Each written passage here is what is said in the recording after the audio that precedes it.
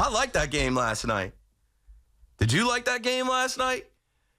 That was a game last night coming into where most folks would say, handle your business. That's a team you're supposed to beat. The Washington Nationals, they care about that game. As much as people could say, it's the Nationals, as much as people could say, yeah, you're supposed to beat teams like that. Well, we've seen the Yankees play down to their competition. We've seen the Yankees not come ready to play against teams they're supposed to beat. And again, I tell you, the eliminated teams are playing spoiler. You are their World Series. So much so, on a night that Juan Soto comes back to get a standing ovation from the Nationals crowd, they decide, let's call up our first-round pick, number 2 prospect, Dylan Cruz. Let's put the video out on social media. Let's get some buzz in the ballpark because the Yankees are coming to town. The Yankees always draw because people are coming down from New York, New Jersey, and all around Maryland to D.C. to see Aaron Judge. Yeah, so all the talk about Aaron Judge all week, player of the week. Look at us. Francisco Lindor and Aaron Judge, player of the week. We're definitely going to talk more about Francisco Lindor and Aaron Judge, especially with the MVP conversation. But yesterday I was telling you I'd rather buy a ticket to go see Aaron Judge than Shohei Ohtani. And a lot of those folks probably showed up to see Aaron Judge hit home runs. He didn't hit a home run. He did rob a home run. A lot of those folks showed up to see Juan Soto hit home runs, or maybe even Giancarlo Stanton, who as a Marlin has hit home runs there. And as I'm watching the game last night, it's about Nestor Cortez. I'm watching who set the tone. I'm watching who had the energy, who had the fire, who brought some passion, right? We were just killing Nestor Cortez coming out of the All-Star break about the tweet that he put out saying how everybody laughs at the Yankees, makes fun of the Yankees, but we're in contention every year. And then he went out and had a couple clunkers. But if you look at his last 3 games, and don't tell me, it's not against, he did it against the White Sox, and he did it when the Yankees needed it against the White Sox. I don't care if you think that these teams are bums. I don't care if you think that they're not of the caliber of the Yankees. They're not, but it's baseball. Any night, anyone could go out there and get right. Nestor did it against the White Sox. He did it again against the Cleveland Guardians. And he did it again last night against the Nationals. He went back to Matt Blake's pitching lab. He went back and found it because he is a competitor. And yesterday we were talking about who would you rather give the ball to in the postseason, Nestor Cortez or Carlos Rodon? And I was kind of leaning towards Nestor Cortez because he's a competitor. Now, Carlos Rodon has a little bit of bulldog in him, but he also has a little bit of puppy dog in him. Nestor Cortez is the guy from Hialeah, the Hialeah kid that was never supposed to be here. And a lot of people thought that he was the little engine that ran out of gas. No, he hasn't run out of gas. He knows what time it is. He understands these last 2 months are very valuable. I talk a lot about the Yankees and how coming out of spring training every year, it's championship, bringing a parade back to the city, winning 28, rings. Oh, it doesn't matter unless you hoist that trophy at the end. Okay, talk is cheap. You cannot win the World Series in February, March, April.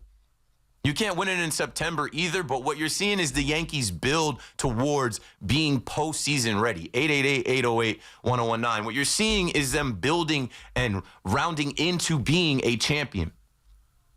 What you're seeing is them doing the little things right because there isn't much season left to be getting the little things wrong, especially against teams that have nothing to play for but to beat you and ruin your day. Beat you and knock you down in the standings.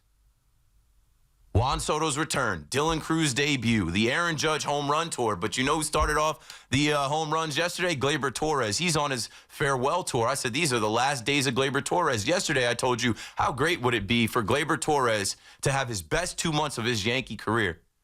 He's found it a little bit here as the Yankees' leadoff hitter. Needed a guy. He didn't have it early in the year when we thought DJ would be the guy, and he gets hurt, and Gleyber's thrown into that position. Like Gleyber finally seems like he's playing free. He's not thinking so much. He's not pressing so much. Nestor, I keep saying Nestor. Gleyber and Nestor, that game yesterday was all, in the beginning it was Gleyber and Nestor. Nestor set the tone after Gleyber set the tone. You get up 1-0, you exhale a little bit. There it is. There it is, back-to-back at bats, Gleyber Torres goes yard. He's settled in as a leadoff hitter. And Nestor Cortez pitching, like actually pitching, locating his pitches, mixing his pitches, changing eye level, competing. I mean, Nestor had a streak of 20 scoreless innings. Who would have thought? When you need it, right? When Luis Heel goes down, when you have to pitch Will Warren, Clark Schmidt isn't back yet. When you had to give Stroman an extra week of rest. Nestor Cortez has been solid. He's been somebody you can count on for this Yankees team for years now. I mean, going back to 2019 now. He set the tone for the rest of these guys, doing the little things right, manufacturing runs. As hard as people have been on Anthony Volpi as of late, keep him down there in the lineup as well. He's finding it. Let him develop.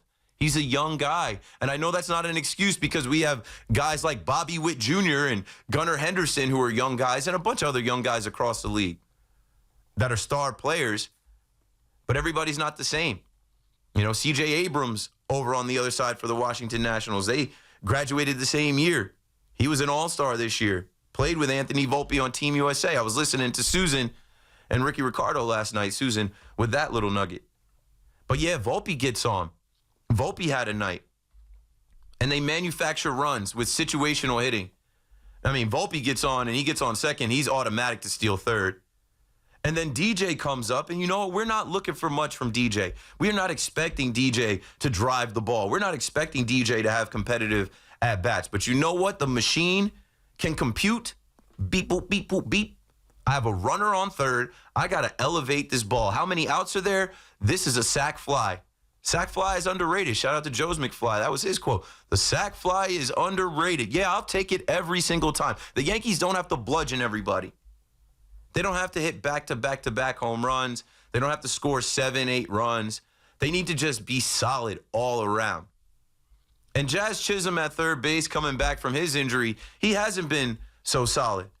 I mean, we were wowed by the fact that he never played third base, and he goes out there and picks it up like that. But, I mean, he's had a little bit of struggles, and he bobbled that one ball, then he threw it away, and I'm like, all right, you had 2 errors right there. Not great. But then that Yankee defense behind Nestor Cortez, Austin Wells, he bails him out. What a throw to second base to get that runner out of there. They were just clicking on all cylinders. They were doing what they needed to do.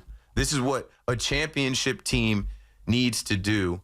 And I was telling you yesterday about what Jorge Posada said, right? He's a champion.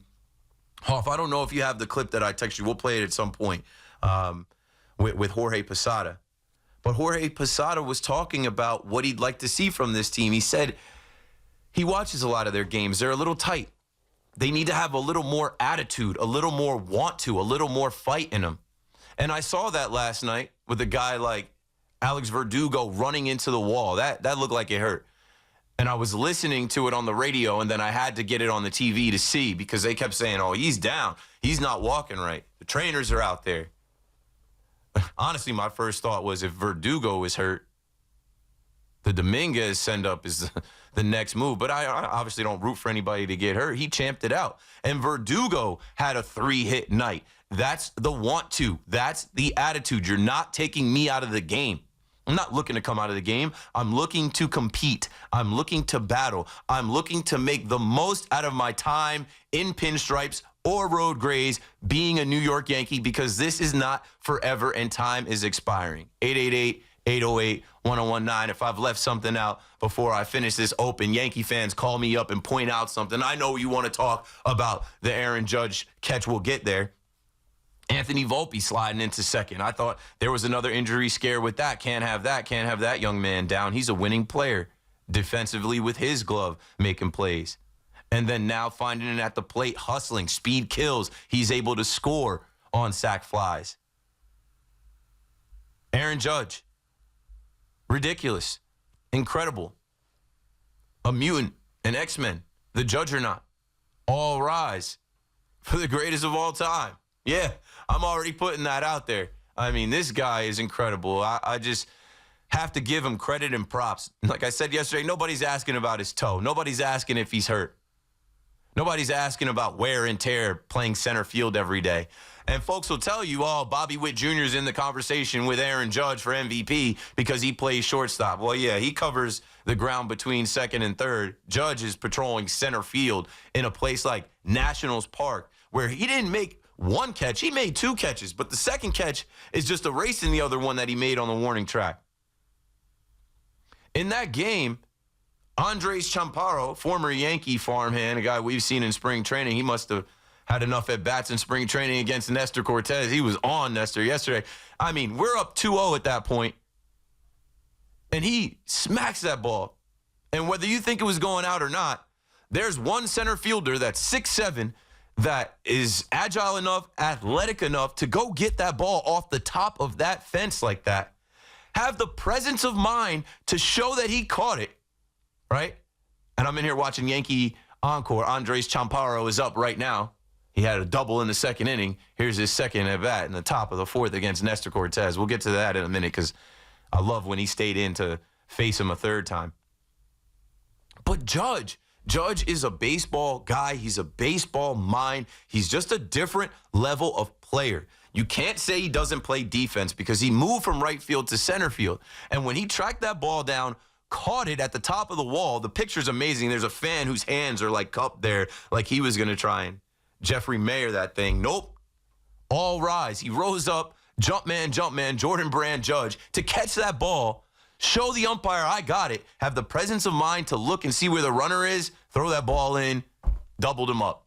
And we're out of the inning. If that ball goes out, it's a tie game. That's defensive run saved. That's a swing. That is a guy that's going out there every night and showing Major League Baseball, I'm the best that you've got. I'm the best player. And he's doing it for the New York Yankees as captain of the New York Yankees, as the highest paid player for now on the New York Yankees, as the Yankees are trying to win the American League East, as the Yankees are trying to be the #1 seed in the American League. I mean, you just got to give it up for 9-9. This is the play. It just happened right there. This is, yo, I'm watching this live right now, reliving it, and a good throw. You got to give Gleyber credit for a good throw, DJ being right there. Energy. These guys are pumped up. They're fired up. They're connected. Jazz is putting the towel on his back. He's Superman, the king of New York. Anyway, talking about Nestor battling as well, and Aaron Boone letting him battle and going out there and saying, all right, you want this next batter? Yeah, you got it. I mean, I didn't want to see his scoreless streak end, but that is Nestor Cortez saying, no, I'm trying to help. This is the first game of the series. I'm trying to keep the bullpen from having to come in here. I want to compete. I'm at 85 pitches. I want to get it done. That's the want to that Jorge Posada was talking about. That's the attitude that Jorge Posada was talking about. So clearly, something rubbed off, some energy transfer between the 2009 Yankees and the old-timers that were in the building, and them getting to rub shoulders and shake hands and hang out with these Yankees in the 2 games after opening, or the 2 days after Old Timers Day. I see a difference, and I see a team at 78 and 54. I see a team with a lead in first place like I have wanted for a while. It's funny because I remember a couple of weeks ago talking about how I wanted the division, and somebody randomly on Twitter was like, this guy's thinking about the division. I'm like, yeah, you must not be good at math. The division is easily right in front of them, like Aaron Boone said. 888-808-1019. We'll talk about everything. That game last night was the quintessential, what if Judge, Soto, and Stanton don't hit? Well, the bottom of the order will get it done. Austin Wells, Anthony Volpi, Jazz Chisholm making up for his error with another home run, 8 home runs in 18 games for the Yankees. I mean, he's the prize of this trade deadline. Mark Leiter Jr.'s got to get back in the lab a bit, see what Nestor's doing. Obviously, the other guy that they traded for is not on the team anymore, but you go to Jake Cousins, Clay Holmes. Easy peasy, lemon squeezy, and the Yankees are on their way to the next game, feeling good about where they are. And we will talk about the standings. We will talk about the Mets. Before we go to break here, I'll say this. When I came on yesterday, I was trying to talk some people off the ledge, and I saw some response, people saying, it's not right in front of them anymore. It is the worst loss of the year. Listen, You got to control what you can control, but I am aware that you can't control the fact that the Diamondbacks have a 6-game win streak, that the Padres went out there and they won again. And you go to sleep last night and you wake up and you look at the wild card standings and you're 3 games out of it. And if you go to sleep tonight after taking a loss in the West Coast, you stay up to watch them face the Diamondbacks, you lose that game, it's going to start to feel insurmountable.